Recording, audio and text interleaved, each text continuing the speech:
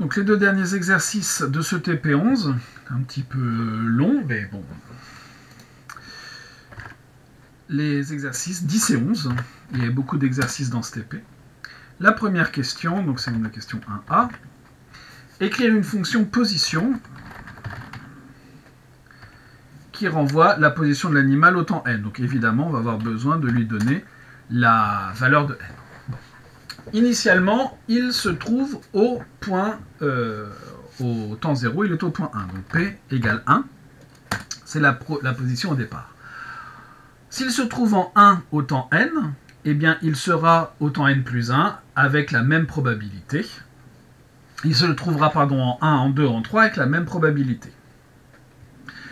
S'il se trouve au temps 2 en 2, il ira en 3 avec une probabilité de 1 tiers et il restera en 2 sinon. Et s'il est au temps 3, il peut retourner en 2, sinon il reste en 3.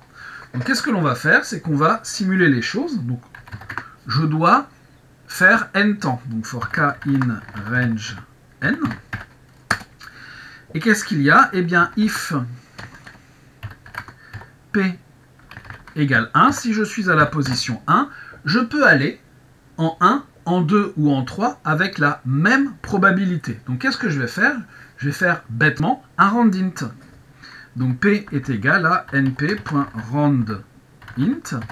Et je peux aller en 1, en 2, en 3. Donc je vais choisir un nombre entre 1 et 4 avec la même probabilité. Sinon, je peux être en 2.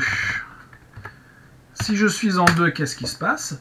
Je peux aller en 2 avec une probabilité de 2 tiers et je peux aller en 3 sinon. Donc qu'est-ce que je peux faire? Alors il y a plusieurs façons de choisir un nombre avec une probabilité de 2 tiers. Par exemple, je peux faire une binomiale, une Bernoulli, hein, tout simplement, c'est du Bernoulli.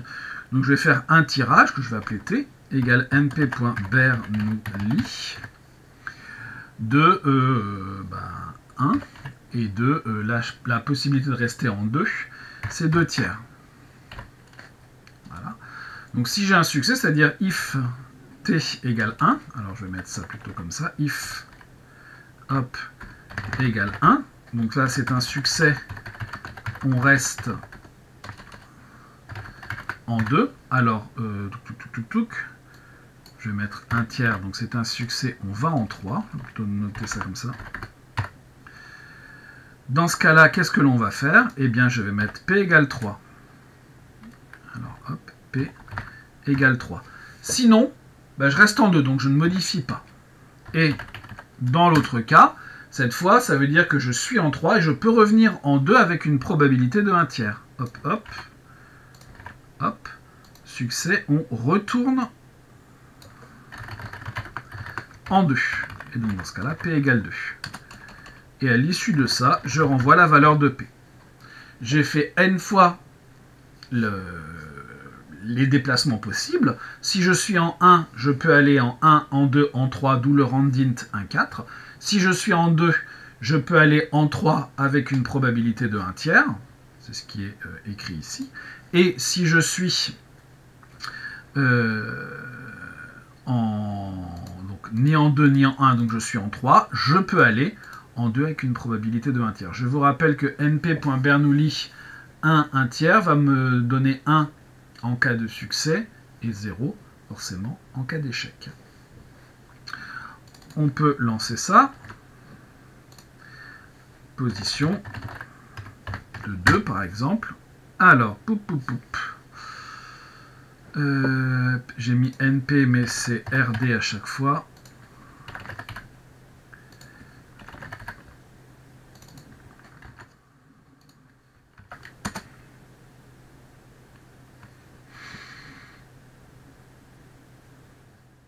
C'est binomial.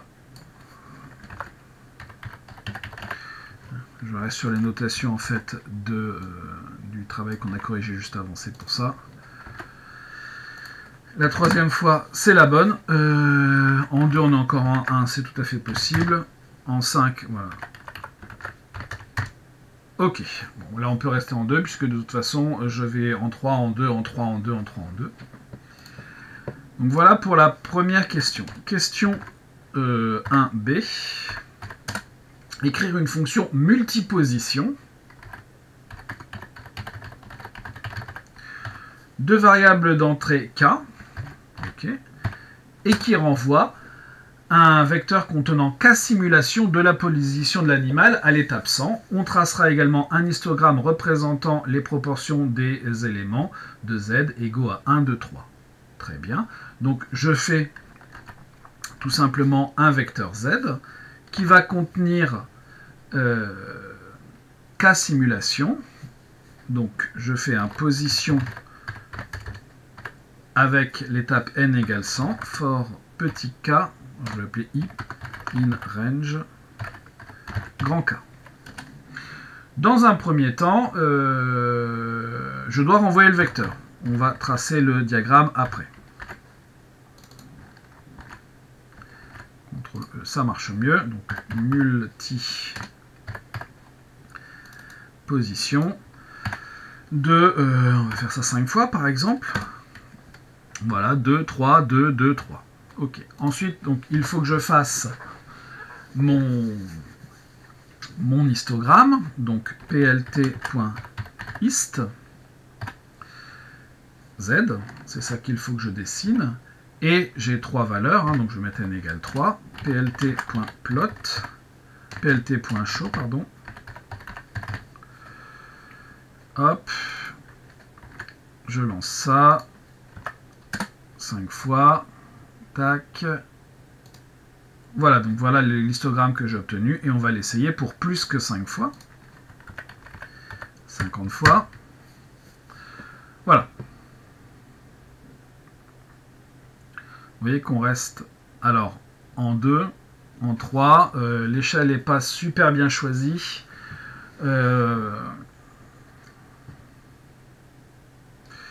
Ici, je vais faire autrement. Ce n'est pas super bien choisi. 0, 1, 2, 3. On va mettre ça comme ça.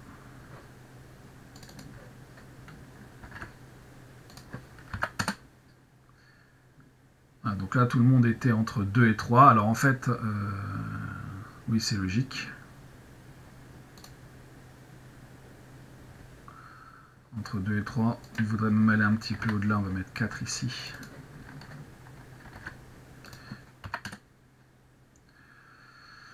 Ouais.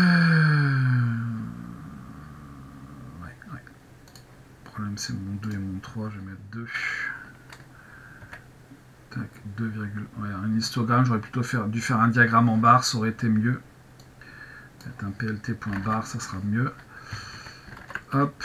Mes abscisses, je vais mettre 1, 2, 3. Et les valeurs, elles sont dans Z. Hop. Ça sera plus parlant comme ça, je pense.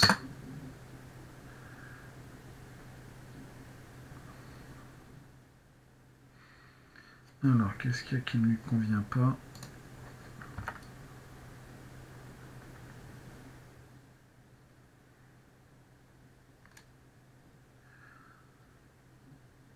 C'est le plt.bar qui n'aime pas. Alors, qu'est-ce qu'il y a qui ne va pas dans le plt.bar?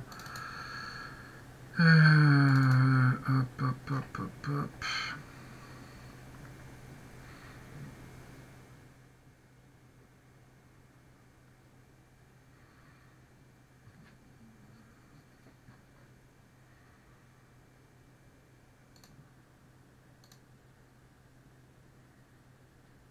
Ouais, oui, oui, parce qu'en fait, là, il aurait fallu faire un classement. L'histogramme, c'est mieux quand même. Si on fait juste ça comme ça. Voilà.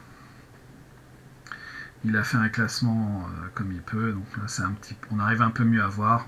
C'est pas top comme représentation, mais on arrive quand même mieux à voir les choses. Voilà pour cette fonction multiposition. Ensuite, exécuter pour de grandes valeurs de k. Voilà. Qu'est-ce qu'on remarque? Que, une fois sur deux, on est en 2, une fois sur deux, on est en 3 en gros.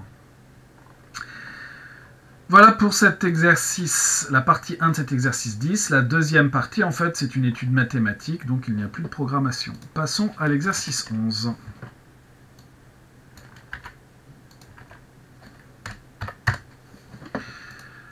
La loi des événements rares. Donc on nous demande de justifier. Donc la première question, c'est la première partie de la première question, c'est une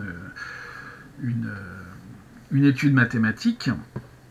Et la deuxième, l'écriture d'un script qui génère un vecteur, qui génère en fait une simulation Z, telle que la probabilité que, tel que le kème élément de Z, ce soit la probabilité que Y soit égal à K-1. Et on a un lien en fait entre la probabilité que Y soit égal à K et la probabilité que Y soit égal à K-1. Pour regarder en fait cette chose-là, donc ça c'est la question 1, on peut remarquer que la probabilité que Z de 0 en fait doit contenir la probabilité que Y soit égal, alors c'est Z égale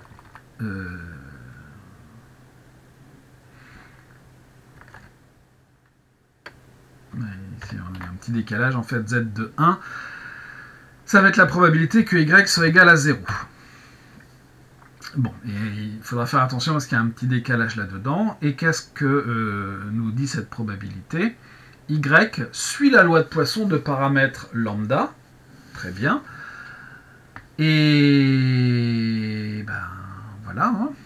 Donc, la probabilité que Y soit égal à 0 avec une loi de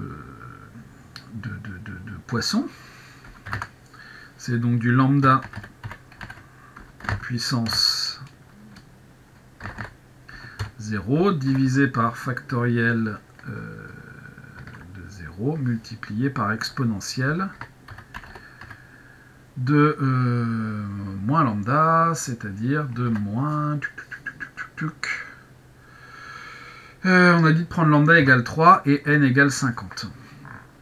Voilà pour cette loi. Maintenant, il va falloir faire un travail. En fait, on peut même un petit peu plus...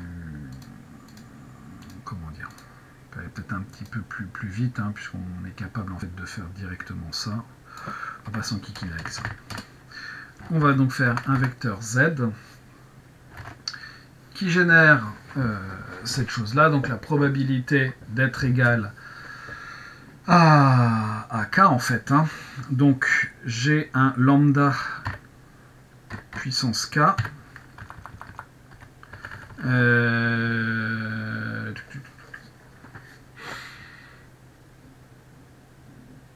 C'est le factoriel K en fait qui va être en kikinant. Donc on va faire quand même les choses proprement. Donc Z au départ va contenir juste la valeur pour 0. C'est-à-dire Z de 0, c'est la probabilité que Y soit égal à 0. La probabilité que Y soit égal à 0, c'est-à-dire exponentielle de moins 3. Et ensuite, on va faire une boucle for k in range. Donc, on doit aller jusqu'au bout. Donc, for k in range 50. Z est égal à... hop. Alors, ici, je vais partir de 1 jusqu'à 50. Pourquoi? Parce qu'en fait, j'ai la multiplication par lambda sur k. Donc, je dois avoir lambda sur k. Lambda sur k, hop, hop, hop. Multiplié par z de ce qui précède, donc de k-1.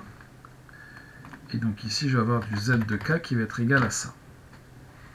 Ça devrait être pas mal. Si je lance ça...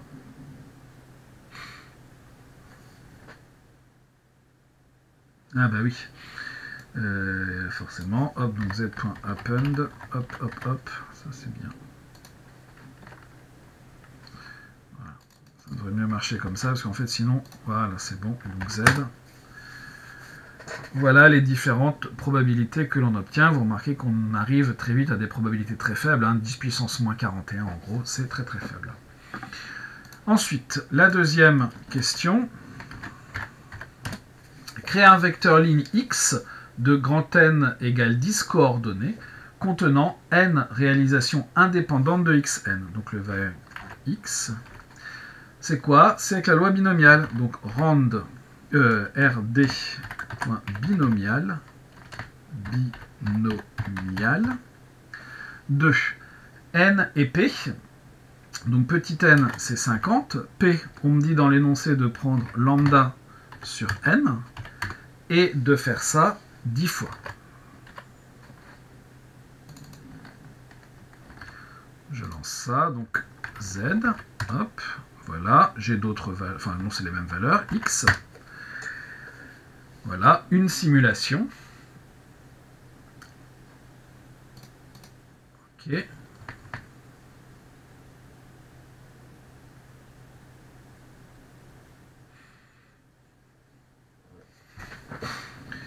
Ensuite, tracer le diagramme en bâton du vecteur z. Très bien, donc on va avoir un plt.bar de z, un plt.show. Alors, est-ce que ça...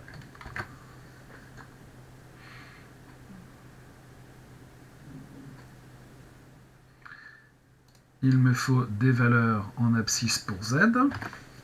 Donc en abscisse, qu'est-ce que je vais prendre? Je vais prendre les différentes valeurs. Donc je vais aller de np.linspace de 0 à 50, de 1 en 1, avec z, ça devrait marcher ça. Non, il m'a pris qu'une seule valeur, il m'en faut quand même ici 51 en tout. Ah.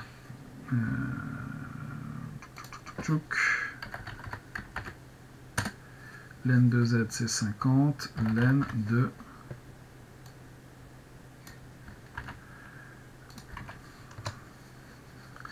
J'ai 51 valeurs, ce qui est logique.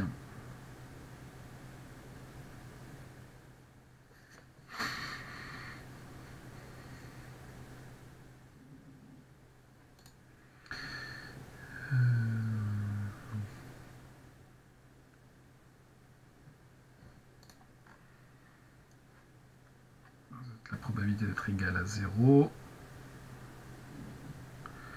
Et la probabilité, donc je vais modifier ici les choses. J'ai jusqu'à 51, parce qu'il ne faut pas oublier que le dernier n'est pas inclus. Voilà. Tac, tac, tac. Et après, en fait, ça va jusqu'à 50, mais les valeurs sont tellement petites qu'on ne les voit pas. Ça, c'est donc la question 3. Donc là, ici, j'ai le tracé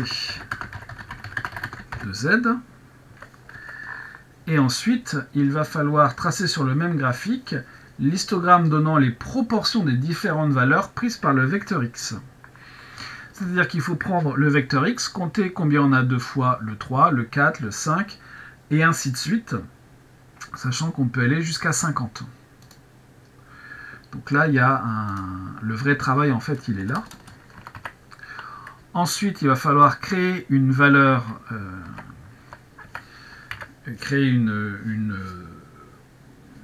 l'histogramme des proportions, en fait. Hein. Donc je vais l'appeler prop pour proportion.